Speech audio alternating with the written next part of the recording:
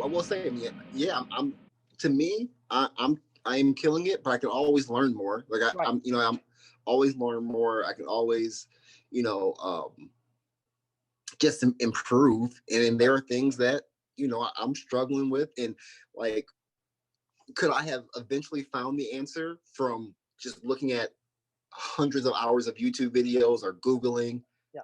I could have, but Right. you're a business coach. So, right. so why not ask you? Yeah, that's right. Yeah, that's right. Yeah. Yeah. Yeah, that's right. And that's why people go to the health coach.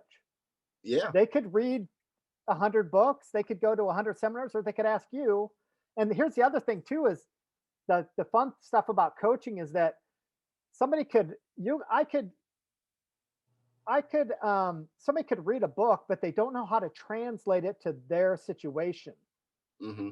Or they Yep. think, yes, that'll work for them, but that would never work for me. They need somebody to say, this is my expert opinion is that this is what you should do. And they go, okay, done. Right. I just did that this last week. Um, I had some help with revamping my LinkedIn page.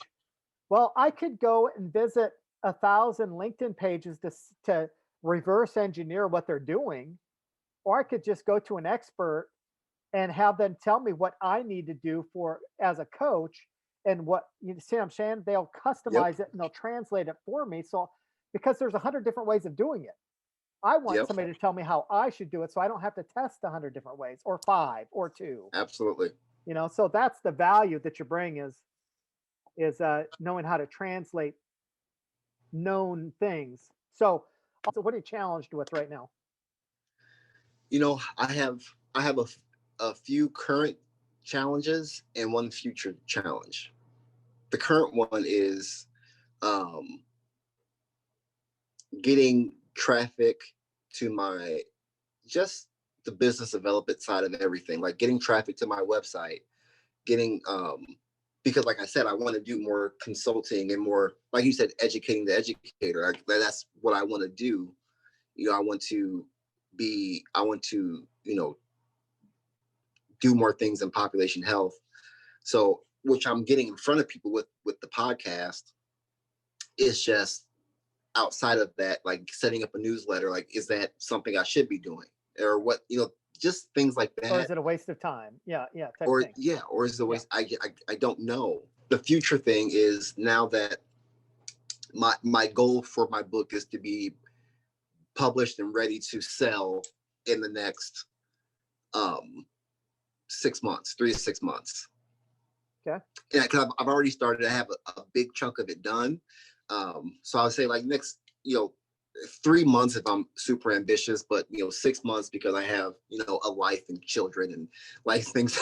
Right, I'm not writing constantly. Right. But during that time, right now, I am creating little quotes for LinkedIn from my book. I haven't posted about the book yet. I think I plan on posting on Monday. Like, hey, I'm currently writing a book and trying to get emails for like if anybody's interested, in like pre-sale stuff. Sure. But like now it's just marketing for the book is something that's on my plate. Is like, okay, what are some things I can do? Because I'm not necessarily looking for the book to make me a lot of money. I know books don't make you a lot of money, but it will help with my credibility. That's right. It's a business card. It's a great business card. Yeah. Yep. So I'm taking it very seriously. And even though I know realistically that I'm not going to make a lot of money from the book, I want to market it like I'm going to make a lot of money from the book. Yeah, that's right. Yeah, that's right. Yeah. No, and you do, because it'll help you get those train the trainer gigs. Yes. In fact, I would have that on your mind, like have it in your mind that if I made this like a workbook for my audience, have that mindset. So if you're tying those two together, if you're tying them two together, they're totally different customer segments and directions, that's fine. But if they appeal to the same customer segment, then you want to think about, because you want to write it as if you're teaching those people and what's relevant to them and what's important to them.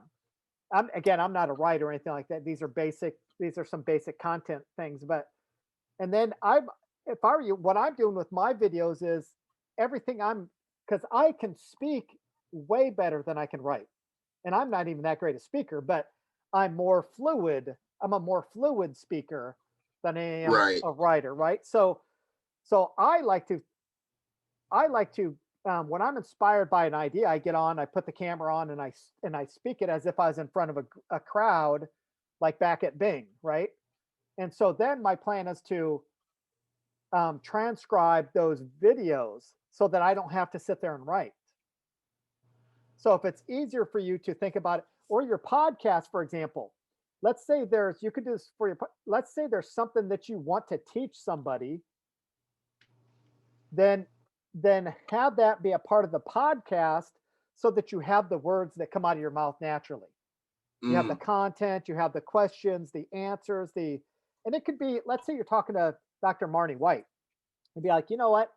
And she might ask you something about you. When it comes time to you, comes your turn to talk, slip that in there. Well, I really want to teach people how to XYZ. And she might say, oh, what do you mean? And then whatever words you say after that are going to be what's top of mind for you. And it's going to be what you should put in the book.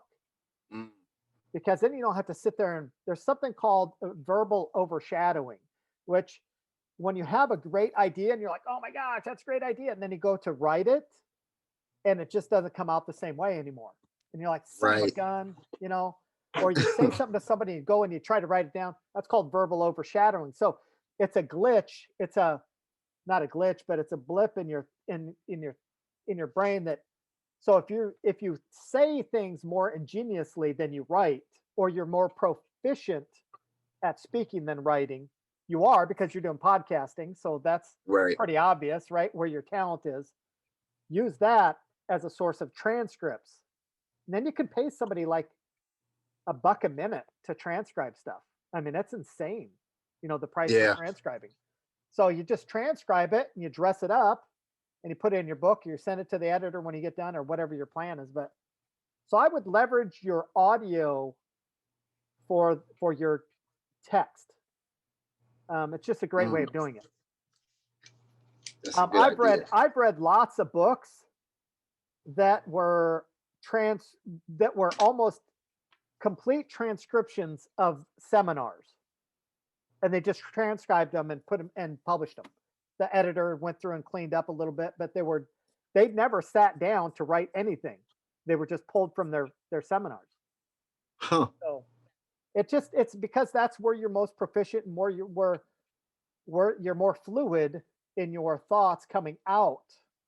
So that's what I would do if I were you, because you're already doing the podcast part.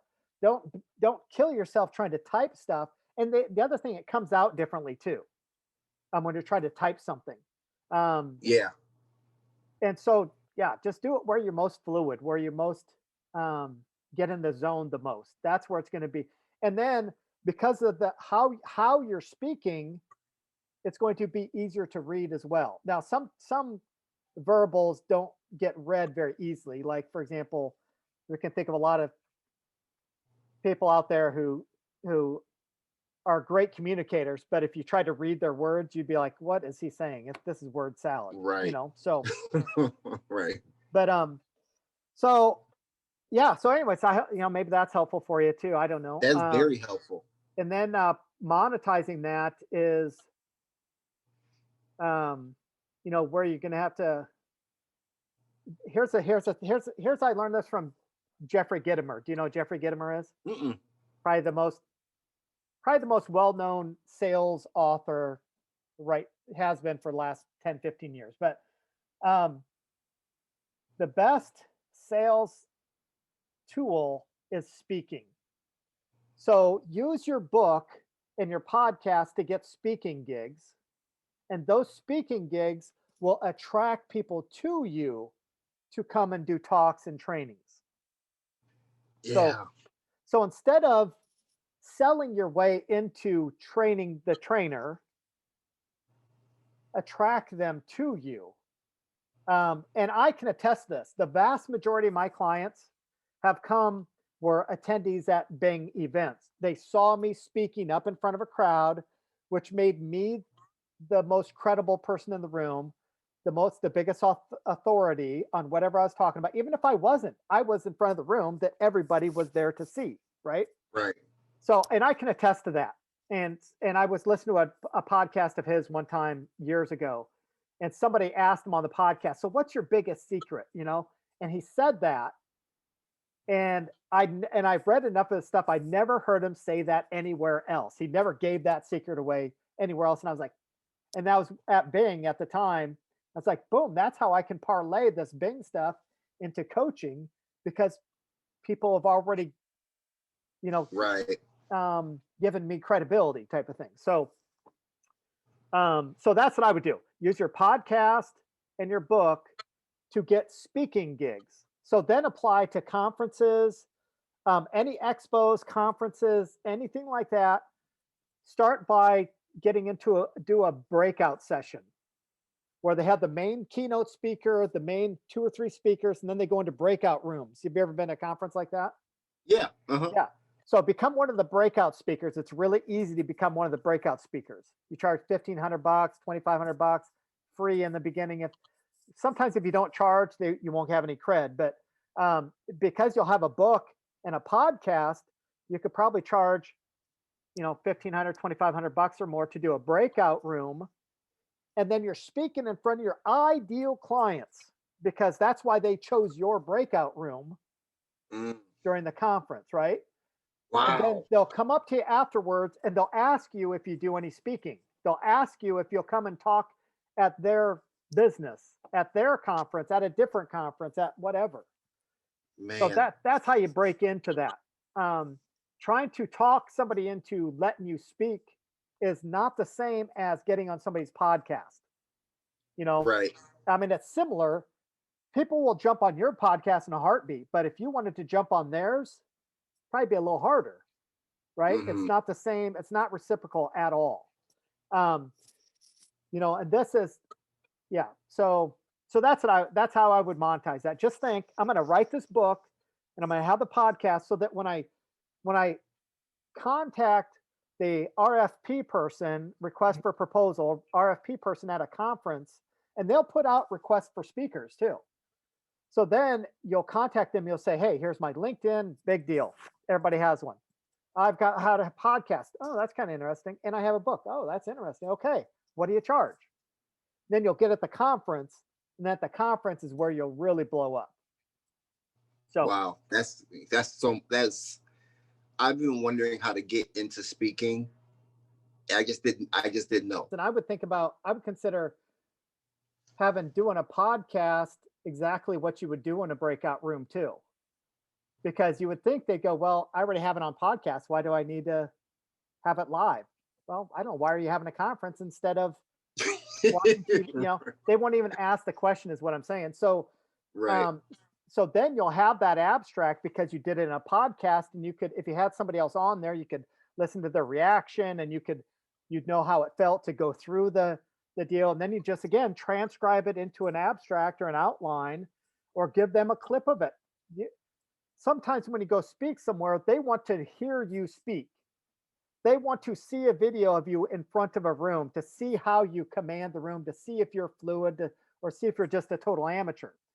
Doing a breakout room, and that's just genius. I didn't even think about it that way. Yeah, yeah, yeah. You wouldn't unless you were in that business. All Anytime. right. Thank you so much. You're welcome. You're welcome. Reach out anytime. We will do. I Okay. appreciate it. All right. Take care. What I do is I help any business professional who, business owner, solopreneur, entrepreneur, salesperson whose main responsibility is finding and keeping customers. Okay. So an attorney still has to find and keep customers. They don't consider themselves salespersons. My business path transformation system is the one and only 5-part multidiscipline business plan and coaching program that helps match your marketing and sales to your style, your personality, your work style, your product, and your customers' preferences in new and existing markets. Unlike run of the mill, goal centric coaching that doesn't address your business model needs or upgrading your skills or mastering your psychology so that you can make sure that your strategic plan actually happens. So basically what I'm doing is I'm helping solopreneurs and entrepreneurs, salespeople, and small business owners, startups, really find their first customer or their Oh, next right on. client. How do you break into speaking? How do you monetize this? I don't know everything, but I know a lot of templates that are used in other industries, and I can. There's always a way I can help somebody move to the next step.